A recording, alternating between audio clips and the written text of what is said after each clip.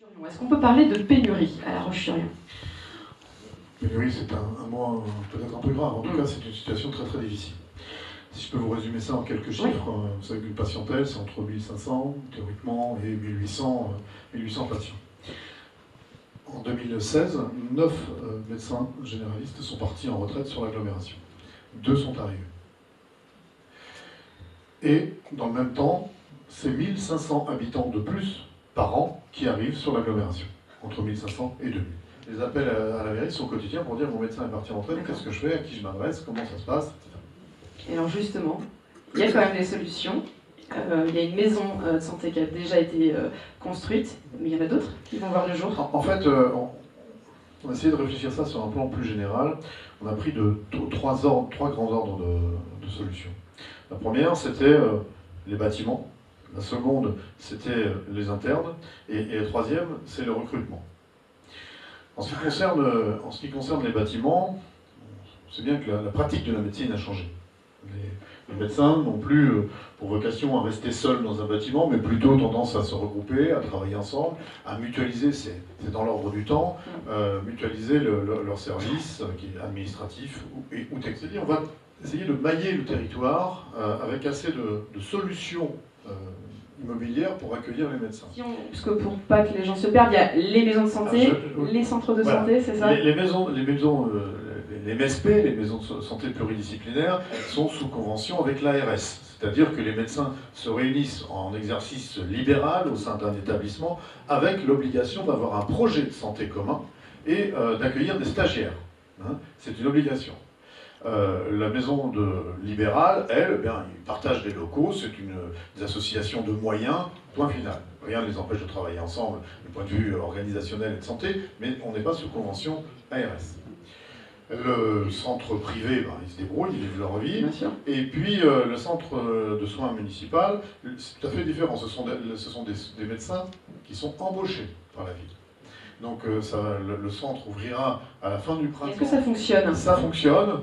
Alors, je vais vous dire, là où peut-être je diverge avec mes amis, c'est que plutôt je fermerai ce centre de soins municipal, plutôt la partie sera gagnée. L'idée, c'est que l'on fonctionne comme une pépinière. Qu'on arrive à avoir des médecins qui se créent leur propre patientèle, qui au bout d'un contrat de 3 ans, un deuxième contrat de 3 ans s'ils le souhaitent, puissent s'installer de façon libérale sur le secteur de leur choix, avec cette patientèle-là. L'idée, c'est plutôt ça. Oui. Plus en fonctionnement comme une pépinière. Parce que pour qu'on comprenne bien, ils vont être salariés de la mairie. Ils sont salariés de... Donc fonctionnaires, 35 heures? Fonctionnaires, 35 heures. D'accord. Voilà. Alors, les Échos ont publié ce matin, donc c'est vraiment d'actualité. Fonctionnaire sous contrat. Oui. Pas fonctionnaire. Mais le journal Les Échos a publié ce matin un article qui était titré « Les centres de santé, organismes sous perfusion ».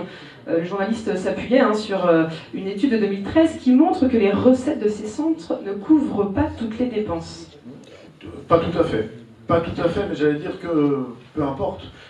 Enfin, je veux dire, il y a des moments où quand on est au pied du mur, il faut bien qu'on trouve des solutions. Je ne vais pas laisser les gens ne pas avoir de centre, ne pas avoir de moyens de santé, tout simplement par idéologie politique ou tout simplement par économie. C'est pas comme ça que ça marche.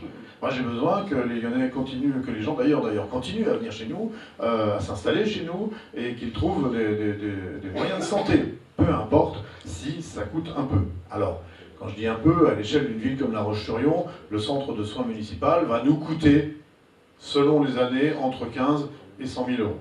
Bon. Il y aura combien de médecins? 4 à terme. À terme. Ouais.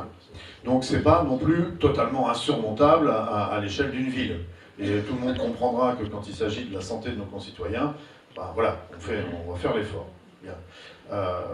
Donc, ça, c'est la partie immobilière. Oui. La partie humaine dont vous parlez tout à l'heure. Alors, c'est que nous rencontrons donc les internes tous les 6 mois. Ce qui est assez étonnant, c'est que leur œil ne s'allume qu'à un seul moment de notre exposé. C'est-à-dire? C'est quand on parle du centre de soins municipal. En fait, je pense que la profession des médecins est en train de changer. Nous avons beaucoup de jeunes médecins qui sont formés français, qui ne trouvant pas chaussures à leurs pieds ici, sont partis se former en Roumanie, en Belgique et en Espagne. Donc nous sommes en train d'organiser des visites sur ces facultés-là, avec mon adjointe et avec les services de l'ARS. Et puis un dernier petit point, puisque je disais qu'il y a 3 volets, oui. il y a un volet, j'allais dire, de collectivité, locale ou nationale. Il y a 25% des médecins diplômés qui n'exerceront jamais. Je trouve que ce n'est pas tout à fait juste qu'ils aient bénéficié d'études à prix modique et qu'il n'ait rien à rembourser à la société, ne serait-ce que par leur comportement. Et donc, je pense qu'il y a un moment où il faudra qu'on se pose la question de savoir, lorsqu'on donne des études gratuites, qu'on fournit des études gratuites, et c'est notre devoir, quand on n'a pas le rendu de l'autre côté, il y a un moment qu'il faut qu'on se pose la question. Parce que ces 25%-là ont pris la place de 25 autres médecins qui, eux, avaient peut-être l'envie d'exercer.